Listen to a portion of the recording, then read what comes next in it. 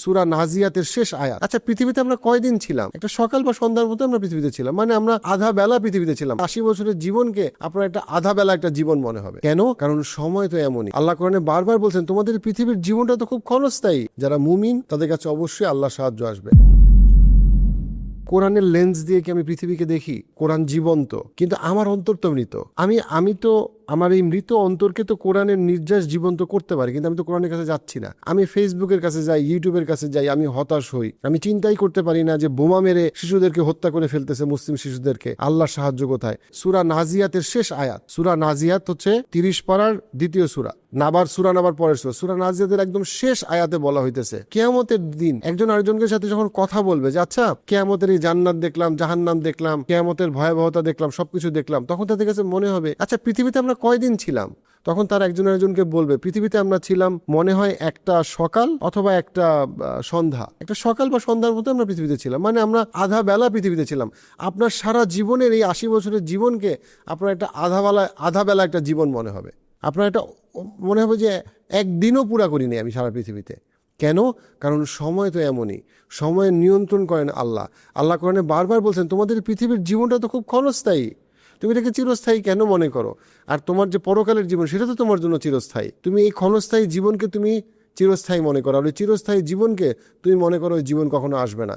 সূরা ফাতিহা আমাদের নামাজে সালাতে বারবার পড়তে হয়। সূরা ফাতিহার খুবই গুরুত্বপূর্ণ বিষয় হচ্ছে গিয়ে আমরা কিয়ামতের দিনে বিশ্বাস করি। আল্লাহ আয্যা বলতেছেন উনি কিয়ামতের দিনের মালিক, উনি পৃথিবীর সবকিছুর মালিক। প্রথমে উনি বলছেন কি আলহামদুলিল্লাহি রব্বিল আলামিন, উনি সবকিছুর মালিক, উনি সবকিছুর স্রষ্টা। আলহামদুলিল্লাহি রব্বিল আলামিন আর রহমানির রহিম মালিক ইয়াউমিদ্দিন। এখানে উনি যে কিয়ামতের দিনকে উনি আলাদাভাবে নিয়ে আসেন, উনি কিয়ামতের দিনের মালিক। আপনি যদি কিয়ামতের দিনের যে আল্লাহ মালিক এবং কিয়ামতের দিনের যে আল্লাহ সবকিছুকে ব্যালেন্স করবে, জাস্টিস করবেন, এবং উনি যাকে চান উনি রহম করবেন, কিন্তু সবার উপরে উনি সুবিচার করবেন, তারপরে আল্লাহ যাকে চান তার উপরে রহম করবেন। এই বিষয় যদি আমরা আস্থা এবং বিশ্বাস না রাখি, তাহলে যখনই আমাদের আশেপাশে কোনো দুর্নীতি হবে, অবিচার হবে, আশেপাশে কোনো হত্যা হবে, কোনো গুমখুন হবে, তখন আমরা হতাশ হয়ে যাব। কারণ আমাদেরকে মনে রাখতে হবে যে কোনো মুমিন বান্দার জন্য মৃত্যু একটা উপহার। যে মানুষটা আল্লাহর পথে ছিল না তার জন্য মৃত্যুটা তার জন্য একটা অভিশাপ, কিন্তু যে মানুষটা আল্লাহর পথে ছিল তার জন্য মৃত্যু একটা উপহার। কারণ সে আল্লাহর কাছে যাবে, তার আর কোনো টেনশন ভয় নাই, আল্লাহ তাকে ক্ষমা করে দিবে। তাকে এক মুহূর্ত, হাদিসে আসছে, যখন সে জান্নাতকে অনুভব করবে তখন তার কাছে মনে হয় তার জীবনে কোনো কষ্ট ছিল না। আর যে মানুষটা পৃথিবীতে অবিচার অনাচার করছে কিন্তু পার্থিব দৃষ্টিকোণ থেকে সে সুখে ছিল, সে যখন এক মুহূর্ত জাহান্নামে থাকবে তার কাছে মনে হবে পৃথিবীতে তার কোনো সুখের অভিজ্ঞতা তার নাই। এই বিষয় যদি আমরা বিশ্বাস আস্থা না রাখি তাহলে আমরা ইমানদার থাকবো না, আমরা ইমান ইসলামের পথে থাকবো না। আপনি যখন সময়ে আল্লাহ নিয়ন্ত্রণ করেন এটা যদি আপনি বিশ্বাস না করেন তাহলে কোনোভাবেই আপনি আল্লাহ রাজ্জার উপর আস্থা রাখতে পারবেন না। দেখেন প্রায় 3500 বছর ধরে মূসা আলাইহিস সালাম আজকে পৃথিবীর ইতিহাসে উনি একজন নায়ক, মহানায়ক, কিংবদন্তি। কিন্তু আপনি যদি মূসা আলাইহিস সালাম যখন বড় হইতেছে ওই সময় যদি আপনি তার সাথে বড় হইতেন, আপনার কাছে মনে হইতো যে আল্লাহ সাহায্য কোথায়? এত মানুষ মারা দিতেছে, ফেরাউন শিশু হত্যা করতেছে, পৃথিবীর প্রায় পুরাটারই শাসন ফেরাউন করতেছে, আমি তো আল্লাহর কোনো রহমত দেখতেছি না, সুবিচার দেখতেছি না। এখন আপনি যখন বিশ্বাস করেন, কোরআন পড়েন, আপনাকে আল্লাহ আয্যা ওয়াল কি দেখাইতেছেন যে তুমি তোমার দেখার ফ্রেমটাকে বড় করো। আল্লাহ আয্যা ওয়াল ধৈর্যশীল। তুমি এই ইসরায়েলের অবিচার দেখে তুমি হতাশ হয়েও না। এই অবিচারের থেকে আরো অনেক বড় অবিচার তো ফেরাউন করছিল। ফেরাউনের পতনের কথা কি তোমাকে জানানো হয় নাই? তাহলে তুমি ইসরায়েলের এই অবিচার দেখে তুমি কেন হতাশ হয়ে যাচ্ছ? অবশ্যই আল্লাহর বাহিনী আসবে।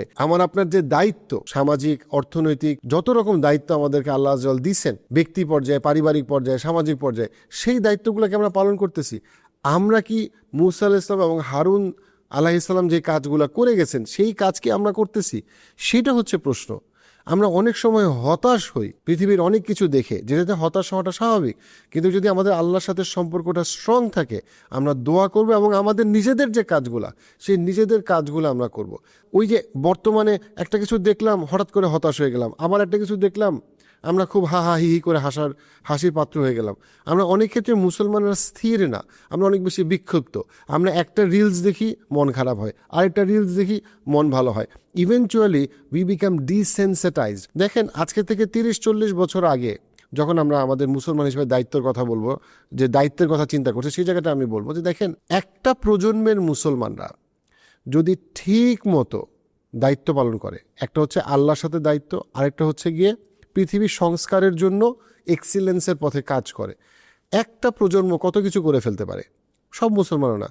যদি একটা প্রজন্মের মুসলমানরা, বাংলাদেশের মুসলমান, ইন্ডিয়ার মুসলমান, পাকিস্তানের মুসলমান, মালয়েশিয়ার মুসলমান, সৌদি আরবের মুসলমান, সব দেশের মুসলমানরা, আপনি চায়না দেখেন, চায়না এক প্রজন্মে নিজেদেরকে কোথা থেকে কোথায় নিয়ে গেছে। আমেরিকা পারতেছে না চায়নার অর্থনৈতিক উন্নতির সাথে। আপনি দেখেন এক প্রজন্মে মালয়েশিয়া কোথা থেকে কোথায় নিজেদেরকে নিয়ে গেছিল।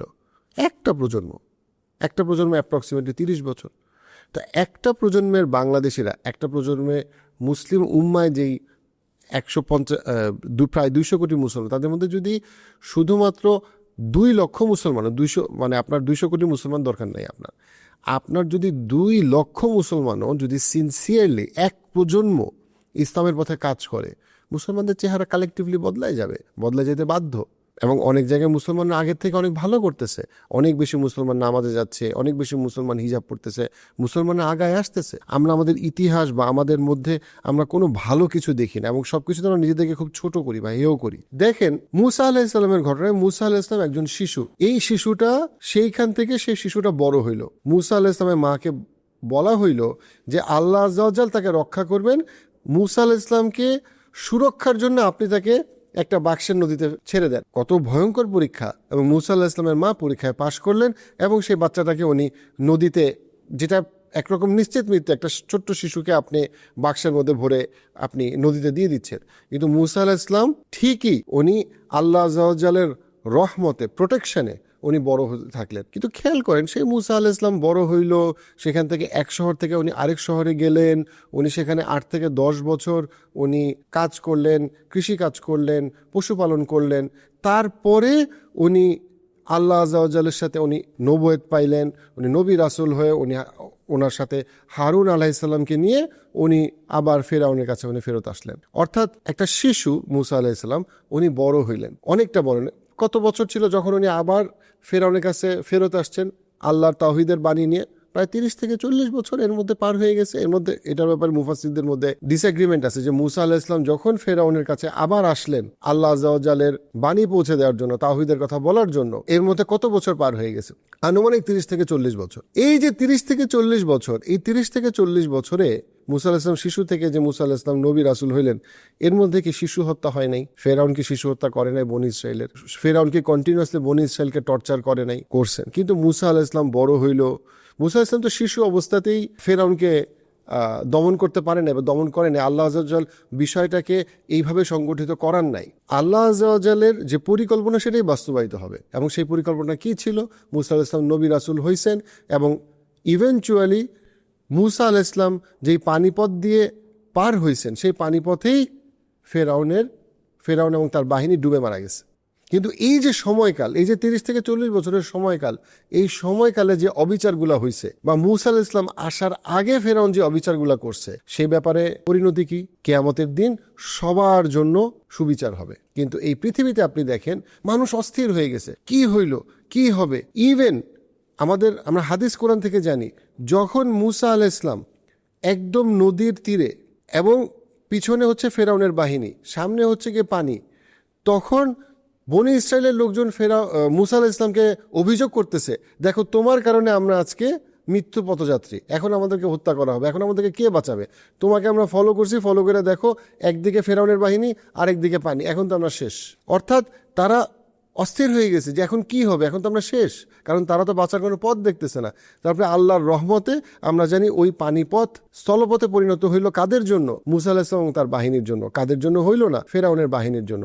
এবং ফেরাউনের পতন হইল। তাইলে 30 থেকে 40 বছরের এই যে এত মানুষ অসহায়ভাবে মারা গেল, তাদের কি হইল?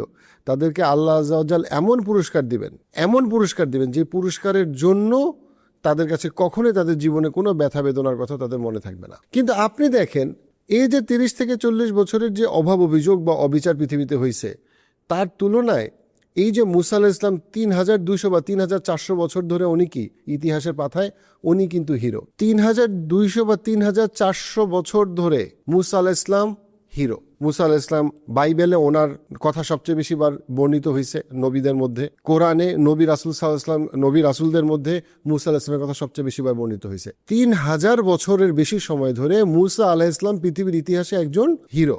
ভিলেনকে ফেরাউন। ফেরাউন ওই সময়, আপনি যদি ফেরাউনের সময় নিজেকে কল্পনা করেন, আপনি যদি নিজেকে বনি ইসরায়েলের একজন সদস্য হিসেবে কল্পনা করেন, আপনার কাছে মনে হবে কত বড় অবিচার, কত বড় জুলুম, কত খারাপ। শিশুরা হত্যা হইতেছে, আমাদেরকে দাস হিসেবে আমাদের সাথে কত রকম অবিচার করা হইতেছে। আল্লাহর সাহায্য কোথায়? 30 বছর, 40 বছর, 50 বছর পার হয়ে যেতেছে, আমরা তো আল্লাহর সাহায্য দেখি না।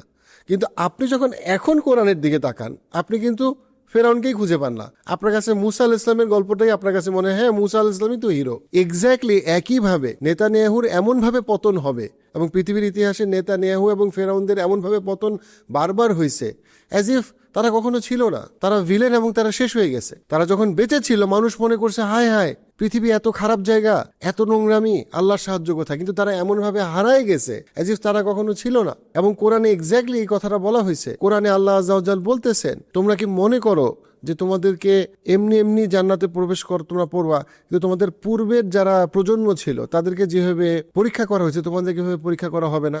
কিভাবে পরীক্ষা করা হয়েছে? জান মালের নিরাপত্তাহীনতা, দারিদ্রতা, দুর্ভিক্ষ, অবিচার, অনাচার দিয়ে তোমাদের পুরো এমন পরিমাণে পরীক্ষা করা হয়েছে, টু আ পয়েন্ট যেখানে তাদের মধ্যে যারা নবী রাসূল ছিলেন তাদের কাছেও মনে হয়েছে আল্লাহর সাহায্য কখন আসবে, মাতা নাসরুল্লাহ, আল্লাহর সাহায্য কখন আসবে, কিভাবে আসবে, কখন আসবে। তারা অপেক্ষা করতেছিল, তারা দোয়া করতেছিল, তারা চাইতেছিল, তাদের মধ্যে এই আর্তনাদ, উৎকণ্ঠা ছিল। তখন আল্লাহ বলছেন, অবশ্যই আল্লাহর সাহায্য তোমাদের কাছে আসবে। যারা মুমিন তাদের কাছে অবশ্যই আল্লাহর সাহায্য আসবে, এবং আল্লাহর সাহায্য আসছে। আপনি দেখেন রাসূলুল্লাহ সাল্লাল্লাহু আলাইহি ওয়াসাল্লামের কাছে আল্লাহর সাহায্য আসছে। আপনি যদি তায়েফের ঘটনার সময় নিজেকে কল্পনা করেন, আপনার কাছে মনে হবে এত ভালো একজন মানুষ আমাদের নবী সাল্লাল্লাহু আলাইহি ওয়াসাল্লাম, ওনাকে এইভাবে পাথর মারলো, রক্তাক্ত করলো, আল্লাহর সাহায্য কোথায়?